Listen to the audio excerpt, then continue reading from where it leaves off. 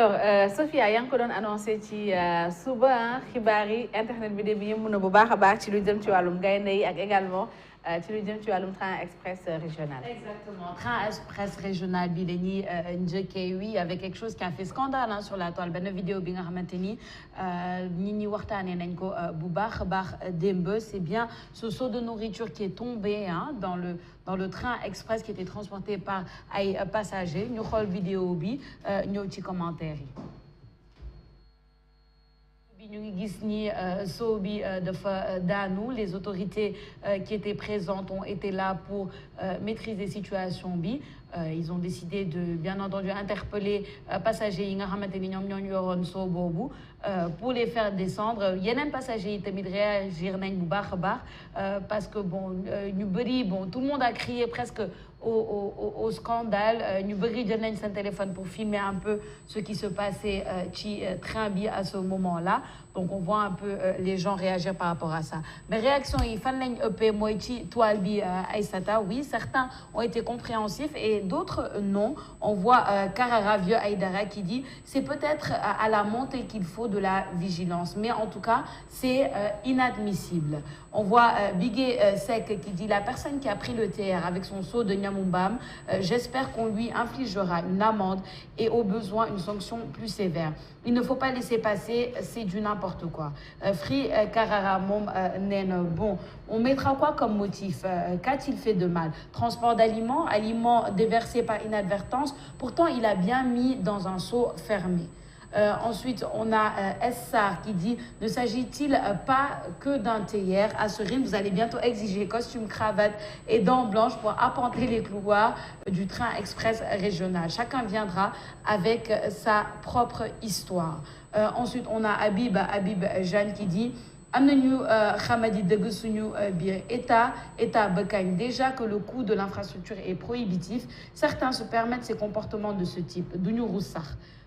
Ensuite, on a Manjai, lui plutôt, qui dit il faut se calmer. Cette personne transportait de quoi manger dans un seau. Malheureusement, ça s'est renversé. Je pense qu'il le regrette. Vous n'imaginez pas si ce TR est ce qu'il est. Un service de nettoyage existe et ce genre d'incident fait partie intégrante de leur travail. Elhaj Moussa Djedjou moom nee na pourtant il a pris le soin de le mettre dans un seau. Ensuite, on a sur Facebook aussi Ali Ndjegen qui dit le développement est un état d'esprit, mais dommage, on n'est pas encore prêt. Ivoire BC qui dit non mais quand même, un train qui n'a même pas 2 semaines, ça me fait mal de voir ces images-là. Alors, est-ce que nous sommes exagérés? Est-ce qu'on crie au drame pour rien, comme le disent certains internautes? Ou est-ce que nous avons la bop et que vraiment ce genre de choses était vraiment inadmissible ci TR? Bon, pour moi, c'est inadmissible. Je ne accepter en fait parce que pour moi, am na lu war a dugg ci car rapide, am na lu war a dugg ci taxi, am na loo xamante ne da nga ko waroo ko dugal en fait ci terre. C'est comme ñi nga xamante ne mosoon nañu gis ay vidéo ñu yor seen ay bëy la xaw ma seen ay xar la. dugg ak ñoom ci bus en fait teguñu ko fenn. C'est pas parce que transport en commun la rek que yow loo bëgg a déplacer rek amoo foo nga def ko foofu en fait. Je suis désolée. Am na ku ne le contrôle lañ ko waroon def à l'entrée. Je pense pour man. waroon nañ mën a contrôler bagage yi nga xamante ne mooy dugg avant muy dugg ba loolu yëpp ci am. Peut-être que moom def na ko ci soo parce que jàppoon na ne c'est en sécurité. Peut-être que vitesse bi TER bi dawee wala je sais pas xaw ma comment s'est passé l'histoire ba affaire bi këpp foofu mais pour man am na si part de responsabilité certes mais peut-être que part de responsable tollu noonu parce que mën naa fekk xamul woon ni loolu da ko ciy fekk te yaakaar naa ne man am naa yaakaar ne su xamoon ni su ko dugalee day këpp foofu. Ñu vidéo ko dugal ko ñëw ko di ko tonneloo humilier ko de la sorte. Je pense qu'il l'aurait jamais fait. C'est clair. Donc je pense que c'est bien c'est lu bees la xamuñu ko. musuma dugg ci TR musoo ci dugg keneen ak keneen musu ci dugg xamuñu ko woon ça fonctionne xamuñu nu muy demee xamuñu conditions yi ñu fay fekk suñu fa demee. Donc je pense que c'est bien de sensibiliser nit ñi à l'entrée bu ñu tayal en fait c'est le début na leen jaral ut ay équipe yoo xamante ne dañuy sensibiliser nit ñi taxaw si biti. sa siwo bi bu dee di ci nekk lu niin la taxi da ngay jël taxi parfois ñu ne la li nga yor bu dee lu niin la boo ko fi tegee est-ce du këpp fii est-ce donc je pense que nañu wax ak nit ñi kuy ñëw sa siwo bi lu ci nekk mbaa du këpp fii est-ce que doo ñu ut fenn fu ñu ko defal wala ut nu ñu ko jàppalee ba nga xamante ne mën na dugg ak siom dem ba yegg te ay këpp ay yooyu du si am en fait pour moi je pense que les responsabilités sont partagées neexuma nag certes mais quand même je peux pas blâmer la personne en fait parce que peut-être xamul man pour man mën na juum de bonne foi xamul woon en fait ci soo la ko def xam nga yorul sachet xam nga bu yoroon sachet sax mu romb nit mu laal sachet bi mu dagg mu këpp ñu wax mais il l'a mis dans un seau pensant que c'est en sécurité. On parle de ñamu mbaam depuis des mais on sait même pas ndax da ko jëloon pour dem lekk ci ko xamuñu en fait am na ko fi ne mën na am lu mu waroon lekk ci la peut-être qu'il est beaucoup plus désolé que ñun ñi nga xamante ne mais nañu sax donc je pense que sensibilisation c'est important en fait ci loo xamante ne lu bees la. Man j'ose croire que ce n'était pas prémédité en tout cas j'ose le croire te loolu day am des fois nga nekk sa kër di defar dara toj benn casse ou bien quelque chose se verse etc. loolu day am. Maintenant après est-ce qu'on doit s'offusquer de la sorte? Bon je ne sais pas je sais que la toile est impitoyable souvent et que nous aussi des fois on est très exigeants. Oui on veut la bonne tenue du TER, oui on veut un maintien dans le TER, ça c'est clair, mais qu'est-ce que ça veut dire en fait? Je pense que loolu la ñuy wax qu'est-ce que ça veut dire le bon maintien du TER? Qu'est-ce que ça veut dire le bon comportement dans le TER? Est-ce que ça veut dire justement ku ñëw ñu war le contrôler xool exactement lan ngay indi qu'est-ce qu'il y a à l'intérieur de tes affaires etc. bu fekkente ni loo xamante ni mën na tuuru la est-ce que ça veut dire qu'on doit pas te donner l'accès ou alors qu'on doit te mettre de côté? Je ne sais pas ce que ça veut dire mais il faut que ñu xoolaat exactement qu'est-ce que ça veut dire lu bees la comme tu le dis mais en tout cas c'est voilà ça laisse libre cours à l'interprétation dafa ñaaw. Je pense que même nit ki yow soo tojee dara fi wala nga def une gaffe comme ça tu n'en es pas contente, ça c'est clair. Je pense que mais imagine ñëpp toog ñi yor seen vidéo téléphone di la filmer sax ñoo wax bu leen ma filmer. Et d'ailleurs je veux rajouter quelque chose, on a été obligé de couper le son de la vidéo moo tax ñu def commentaire sur la vidéo parce que Laye a attiré mon attention en disant que voilà il y a des insultes, il y a des paroles ñu naan kii dañ ko yónni des choses vraiment pas nécessaires. Donc on a dû couper le son de la vidéo pour pouvoir jàllale ko. Donc je pense que ça quand même c'est assez excessif Papa Louisa. Voilà. Oui, je le pense. Il y a deux choses. Soit est-ce qu'il faut éduquer ou taper? Moi, je pense que ce sont les deux, d'accord. Mais il faut commencer d'abord par l'éducation. Parce que Aïssata wax na ko léegi lu bees la dañoo war a jàngale gis nga avion lu ne ci dugg yéet géej te xam nga mooy transport fi ñu koy yónnee jàpp mais lépp ci dugg mais sooy ñëw daam koo xam si da koy jël ne la emballé ko fait mais léppay dugg ci avion lépp mën naa dugg ci terre mais ça dépend ci contrôle bi. Je pense que ni contrôle bi suñu jàppale woon la personne parce que xaw ma jigéen la wala góor si lii nga xam ni mooy yóbbu ñamu mbaam bi bon aliment yi nga xam ni ñenn ñi mën nañ kaa jàppee ñamu mbaam ñenn ñi jàpp ko aliment mais yaakaar naa ni dañoo war a gën a éduquer lu bees la TER bi mu am en Afrique du Sud bi mu am au Maroc yëpp dafa commencer ci apprentissage parce que luñ xamul la nañ gën a jàngale daal c'est-à-dire que soo ñëwee indi un seau ku nekk si avant ngay dugg si muy hôtesse yi xaw ma ñu fa nekk contrôle war nañ la wax lii lan moo ci nekk su fekkee ni ñam la ñun la demal emballé ko parce que sooy dem ci aéroport yi soo yóbbee am na ñoo xam si da ngay dem nga emballé nga fay te ça crée un peu de l'emploi au fait nga emballé ko le temps ngay dugg di wàcc parce que duñ wax TER wax na ko léegi avec beaucoup d'ironie waroo sol costume cravate et cetera ça transporte des personnes ça transporte également des biens c'est extrêmement important mais man lu ma bëgg rek mooy la conscience collective bu ñu am autour du TER ñu am ko autour également des autres moyens de transport en commun c'est important c'est-à-dire que lu ñuy def aro ci TER bi waroo sol lii mais également dans les moyens de transport muy car Ndiaga Ndiaye muy car rapide muy taxi aussi nañ am le même comportement en fait parce que yaakaar naa ni dem dikk la rek lu ñu amee conscience ne TER kenn waru faa def lii nañ ko transporter si yeneen moyen de transport bi parce que am na ñuy jël car rapide am na ñuy jël car Ndiaga Ndiaye am na ay comportement yoo xam ne si ñu ngi ko fay def ñu banaliser ko parce que dañuy jàpp ni car rapide la wala car Ndiaga Ndiaye mais c'est un moyen de transport comme le TER un moyen de transport comme que cette conscience collective là de bien faire c'est bien tout le monde est d'accord mais attention à cette conscience du débutant parce que mën naa effriter wu dans le temps mais nañ am même conscience bi si yeneen moyen de transport ku dugg car tamit mel ni yaa ngi dugg TER nga adopter le même comportement mais damay dugg TER rek damay changer su ma duggee car taal la sama tànk tooñ ñeneen jàmbur aussi teg tànkam moom bon voilà on voit un peu position bi et tout ça bon et écoutez aussi une photographie c'est un instant quoi oui je ne veux pas tomber dans dans l'équipe. Parce que photo, une photo ni fait que def ben geste. Ouais. Mais c'est pas un geste. En tout cas, une photo avant plateau. Oui, exactement. Photographie, c'est un instant T, c'est une fraction de seconde. Est-ce que ça définit le comportement? Il a pris ses aises. Quand même, oui, pour un instant, oui, mais quand même, il a quand même trop pris. Mais même pour 2 secondes, ça, il a quand même pris ses aises.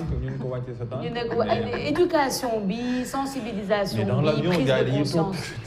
Mais et ça, les hôtesses, elles le disent. Hein, man, je sais qu'il y a un certain comportement à avoir dans l'avion. Si tu ne l'as pas, on te remet à l'ordre. Tout simplement, on te remet à l'ordre d'une manière, bon, pas pour te stigmatiser ou pour te donner honte, mais d'une certaine manière, écoutez, monsieur, madame, voilà comment il faut se comporter. Quoi. Non, mais c'est toujours important de rappeler, en fait. Oui. C'est parce que, en fait, nous sommes aussi baillés. Nous sommes tu as envie de respecter les gens qui ont respecté, mais mourir parce que dans quoi tu as mais il y a des choses, c'est ça, il y a des choses qui pour toi peuvent être naturelles, qui ne le sont pas pour moi. Il y a des choses qui pour moi peuvent être naturelles, qui ne le sont pas pour toi. Ça dépend. Surtout les zones où les gens viennent se rencontrer. Les zones de transfert, le type d'éducation, le type d'environnement que tu as côté est libre de s'y jouer en fait. Donc chacun vient se rencontrer et apporte avec lui son éducation, son environnement, son rang social, etc.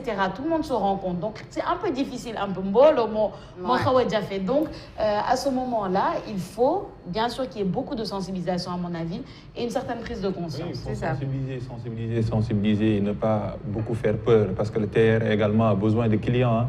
C'est un investissement public-privé de 780 milliards de francs CFA. Donc, le TR a besoin de clients. Il ne faut pas faire peur. Non, c'est juste un moyen de transport de obéir à des règles. Mais pas contrainte. Est-ce que photo? Non, je pense qu'on doit un peu diminuer. Il faut calmer un peu les choses là. Et on est toujours dans les 15 jours de gratuité, hein, il faut le dire. Oui, donc, le 27 décembre, le 4, le 5. C'est pas beaucoup. C'est pas beaucoup. Et il y a tellement de... Un peu d'indulgence et de sensibilisation. Tout à fait, tout à fait. On en vient aux Lions qui ont, comme on l'a dit, dans le bulletin d'information revue de presse ou Papa Lunsar, ils ont reçu leur drapeau hier. Mais moi, les tenues et Sangsei avec Nilen Sangsei, etc. Certains ont été contents, mais beaucoup n'ont pas été contents. Nenen Sangsei, Rafetoul, etc. On va voir ça sur la toile. En tout cas, Sénéweb a titré là-dessus, remise de drapeau, le tailleur des lions, lynché carrément sur les réseaux sociaux. Les lions se sont mis au traditionnel en boubou pour récupérer le drapeau national au palais avant le départ pour la CAN au Cameroun. Pour de nombreux internautes sur les réseaux sociaux, les tenues des lions ne sont pas belles. Le tailleur des lions est le premier visé dans la ligne de moquerie. Rocket 900 m'emmène. Après, bon, quand tu demandes d'habiller gratuitement plus de 40 personnes, alors qu'il y a des milliards qui dorment... Est-ce que c'est sûr pour l'habillement des lions? On ne sait pas si ça a été gratuit, mais bon. Ensuite, c'est Réla Timouche qui dit Dengen bëgg bénévolat moo tax duñ avancer 40 personnes gratuitement ak xaalis bi nekk ci fédérateur bi yëpp doy na waar. Ensuite, Charles Dienne qui dit mais lii nag le couturier perd doublement, au moins sax soo nanguwee marché bi simule une certaine qualité visuelle pour avoir des clients par la suite. La tire en tout cas, peut-être que man ma xamul yére wolof, mais je trouve les habits des lions trop jolis pour ma part. Alors, Aïssata, c'est difficile de discuter de goût et les goûts et les couleurs ne se disputent pas, c'est ce qu'on dit. Mais en tout cas, j'ai vu beaucoup de tweets de gens qui ont beaucoup critiqué la tenue des lions, etc. Je ne sais pas. Qu'est-ce que tu en as pensé, toi? Je pense, hein, après avoir regardé, il y a une photo Yumoji, et après avoir vu image édition et surtout voilà la vraie photo c'est celle-là parce que on s'est trompé gis nga Silla xam nga tamit fédération da ngeen outil photographe bu melni Silla n'est-ce pas parce que ñàkk am photographe bu melni Silla moo waral ñu jël seen blanc defaat ko bleu le problème c'est ça. Le problème à la base c'est man mi boo gisee au début dama tiit parce que j'ai vu du bleu sur du vert. C'est ça. Ça paraissait pas très joli. Non, franchement, pas très joli. Mais quand tu vois la vraie photo, en blanc, ñu génnee les couleurs du photographe professionnel. Voilà, prise par un photographe professionnel. Blanc bi ñu génnee les couleurs nationales.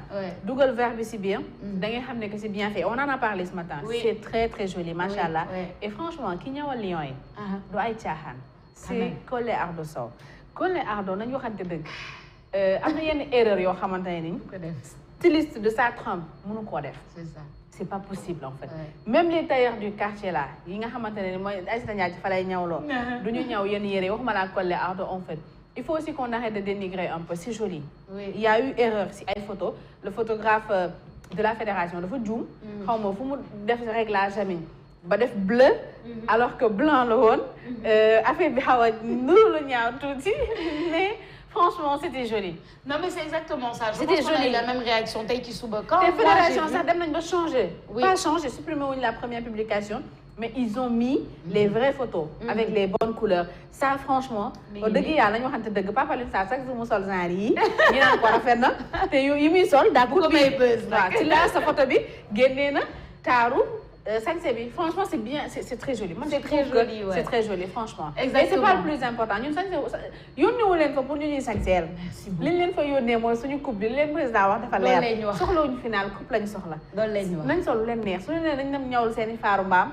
Def sol leen neex, mais franchement que la coupe revienne quoi. Le reste c'est pas important du tout. Xam nga lu ñuy naan on aime les détails. Dañoo bëgg détail, dañoo bëgg cas, bëgg détail, lépp lu ñëw ñu cas ko. C'est compliqué. Non mais on a eu la même réaction ce matin parce que même quand je regardais l'élément de ce matin, les vraies vidéos, les vraies photos, etc. da ngay naan mais c'est magnifique. Moi j'ai beaucoup aimé le blanc. C'est bon. Man mon blanc moom. Vert bi ñu génne vert jaune rouge bi fii. Exactement. Vert Sénégal bi ci biir. C'est ça. Mais je pense que c'est une leçon pour la toile. C'est une leçon pour la toile parce que dañoo gaaw critiquer. On a la critique facile surtout sur les réseaux sociaux. Là c'est une bonne leçon. On vous a montré les vraies photos, les vraies images. Balaa ngeen di critiquer aussi, il faut tempo daal. Voilà. Toile depuis moom kenn mënu ci dara. En fait c'est le débat sur la toile moom. Que mun ci dara ku ne rek dañ lay accepter sa vie. am na sax ñuy wax gratuitement. moi j'en sais rien. xamoo fooy jëlee information bi xamoo ban organe de presse moo wax ni c'est gratuit. négociation dañoo jàngal système de la triangulation xamuñu ba xam c'est gratuit ou pas. En tout cas daal le débat sur la beauté c'est un débat sans fin au fait. ñi dañ naan rafet ne kii ne ñaaw na mënoo ci dara au fait. Mais ce qui est important derrière, c'est que cette conscience un peu que ni léegi ñi ngi jox gëdd suñu tailleur yi nekk fii. ñi ngi mettre en valeur nos réalités sociales, costumes africains. Et je pense que c'est important. Que le développement, le professeur Moustapha Kassé, le développement industriel d'un pays commence par le développement textile. C'est extrêmement important. Gis nga costume africain, suñ ko defee des modes yoo xam ne si dañ koy imposer sax moom imposer entre guillemets les ministres, les présidents, les DG, etc. Nañ dem ba xam ni italien bu ñuy importer am na ñun lu ñu ko gën a dàqaloo fait. Et le costume africain dafa rafet. dafa rafet soo demee au Ghana wala au Burkina Faso dañoo am leur habillement dañoo jël vax wala yeneen tissus yoo xam ne si mettre en valeur. Moi je pense qu'on a une opportunité aujourd'hui de vendre ce que nous avons. C'est le costume africain, c'est important. Que tubaab dem bay si tubaab bi Macron di sol costume africain di jàkkaarloo président français di waxtaan ak ñoom. Et on a bien aimé le président Macky Sall discours 31 décembre mu sol yére wolof en blanc. démb mënoon naa sol également yére olof wala costume africain, harmoniser les couleurs avec les joueurs nga xam day nekk costume africain parce que ñun loolu lañ bëgg quoi que ñuy exporter nos traditions bañ a di importer des cultures. Importer nañ costume ba def ni ku sol costume sax da nga am xaalis mooy costume italien mais war nañoo exporter également les costumes africains et ça commence un peu à faire. Gis nañ keroog Tacko Fall di dem NBA nga xam ni mi ngi nekk Cleveland sol yére olof ànd ak ñi nga xam ne mooy star planétaire yi wan leen également nous on a nos ressources et je pense que c'est comme ça lañ mën a def ba développer suñu tissu industriel local. Mais le débat sur la beauté moom xam nga moom mënoo ci dara moom ku ne ñaaw na danaan ñaaw na ku ne rafet na danaan rafet na. Mais ce qui est important derrière mooy léegi moom su ñuy dem feneen xam nañ ne lii moom lañ am te moom lañ yóbbu. C'est important en fait man je trouve que suñu costume africain bi. amul dara lu muy envier. Oui, je pense. beneen costume. C'est tellement beau. C'est tellement beau chaque jour ñu wax ko da nga gis nga ñun tous les vendredis bu ñu toogee rédaction. Oui. xale yu góor yi bu ñu solee costume africain bu ñu ñëwee ñun on est les premières à dire. oui. lii dafa rafet moo dàkk les costumes classiques. avant gaynde yi bu ñu daan dem rencontrer le président ay costume def ay cravate. nga gis ñoo xam ne. dañuy am sax yoo xam ne du seen taille du rafet. alors que yii c'est En 2002, c'était ça, avec c'était les ça, El Hadj Diouf, voilà. Costume, cravate, vert, jaune, rouge. on tu se vois rappelle. c'était pas joli ni ñuy harmoniser couleurs yi du rafet ni ñu koy solee du leen jàpp forcément alors que costume yi buñ ko ñawal mu jàpp la. Mais ça montre l'évolution un peu des Ouais, choses. Parce que franchement. fi mu ne nii c'est ça la tendance hein. Maintenant kenn solatul ku nekk di nga dem mettre en avant en tout cas les gens qui ont la possibilité de mettre en avant les designers africains. Moi ça seulement sénégalais, je parle de l'Afrique en général. Les designers africains on le fait. On l'a vu avec la Miss ivoirienne. Ben Olivier voilà. Yassé tout le temps benn designer ivoirien. solal ko la tenue fait le tour du monde ñëpp naan tenue bi dafa rafet dafa rafet. C'est donc important. franchement hein, qu'est-ce que la mode africaine a envié à la mode occidentale? Absolument rien. Cette révolution culturelle, c'est illustré avec ce film mythique Black Panther. Oui. Black Panther, nga Black xam ni Panther. non seulement la musique de Baaba Maal, mais héros bi costume africain la sol. Ah ben bien sûr. Il est décédé malheureusement, j'ai oublié son nom.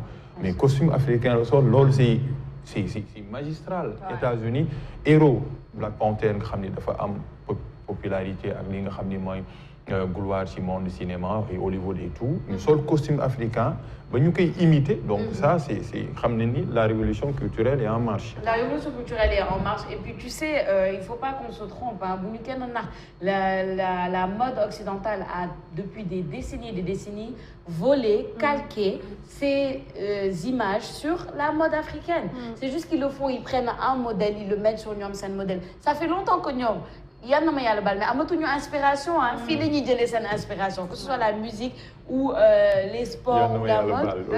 Non c'est vrai, il faut qu'on le dise parce que soo demee nga xool les New York Fashion Show yi nga xamante ni man j'adore regarder ça, New York Fashion Show à Paris, en Italie et tout, mais tu retrouves des tissus africains, des tenues inspirées clairement de nos tissus. Surtout tissus. Ah ben oui. Ils prennent beaucoup ci suñu signé tissu. Regarde cette magnifique image. Donc Voilà, c'est ça. Black Panther, les héros de Black Panther et ça c'est magnifique. Chadwick Boseman qui est tellement décédé il y a que pas ci tapis longtemps. rouge yi yu gën a mag yi tapis rouge Exactement. Oscar ci tapis rouge événement yu gën a mag événement culturel wala événement bu mën yu gën a mag yi qu'on voit des stars africaines wala des stars afro-américaines en tenue franchement traditionnelle africaine et on attend que ça. Ça arrive bientôt en tout cas voilà, bonne chance au Lion, faut pas oublier de le dire. Man j'ai une mission, c'est de tirer Aïssata ci supporting bi pourtant maa ngi ñëw ndànk nag dem bi ngeen gisee noonu ak seen tenue nii commencé waat naa ñëwaat maa ngi bàyyi la main passe. Des maillots, c'est ça? On va porter des maillots pour Inch'Allah. les encourager. Leur premier match, c'est ça. Oui. Inch'Allah, on portera les maillots et puis on les encouragera jusqu'à la fin, en espérant qu'ils ne reviendront qu'à la fin. Nico Macky Sall on espère avec la coupe.